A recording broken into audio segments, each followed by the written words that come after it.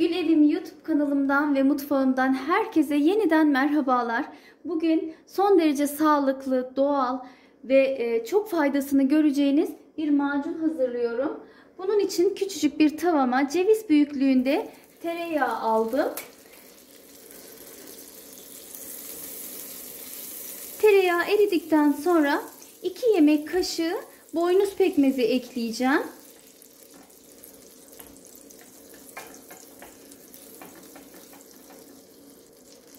Bugün hafif boğazlarımda yanma hissediyorum. Birazcık da yutkunma zorluğu var. Böyle durumlarda kendim için hazırladığım doğal bir kür.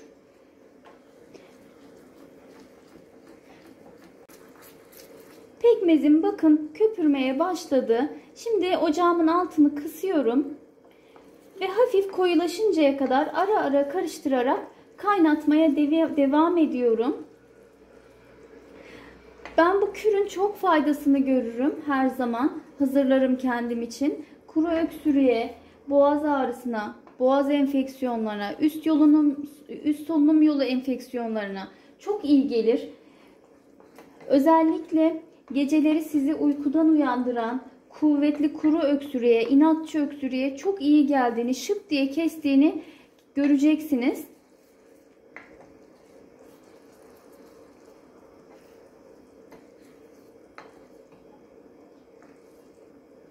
Boynuz pekmezinin de bağışıklık sistemini güçlendirici etkisi olduğunu hepimiz biliyoruz.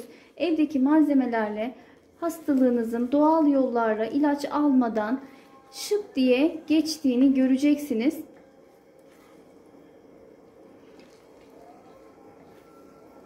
Ocağımın altını artık kapatıyorum. Kıvamı bu şekilde olacak.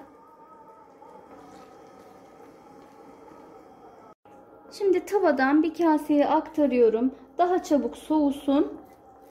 Bu kürü nasıl kullanacağız? Bu kürü ılık bir şekilde, sıcağa yakın ılık bir şekilde kaşık kaşık yiyerek tüketeceğiz.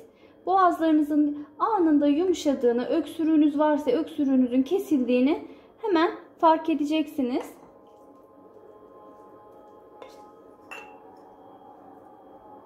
Kürümün içine bir çay kaşığı da toz zencefil ekliyorum.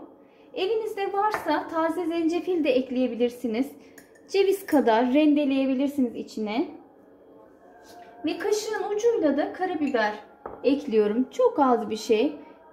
Eğer çocuğunuza hazırlayacaksanız karabiber eklemek zorunda değilsiniz.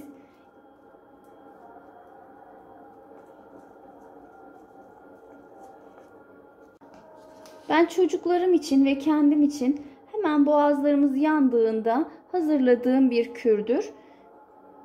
Ve çok faydasını gördüğüm bir kür. Sizler için de hazırlamak istedim.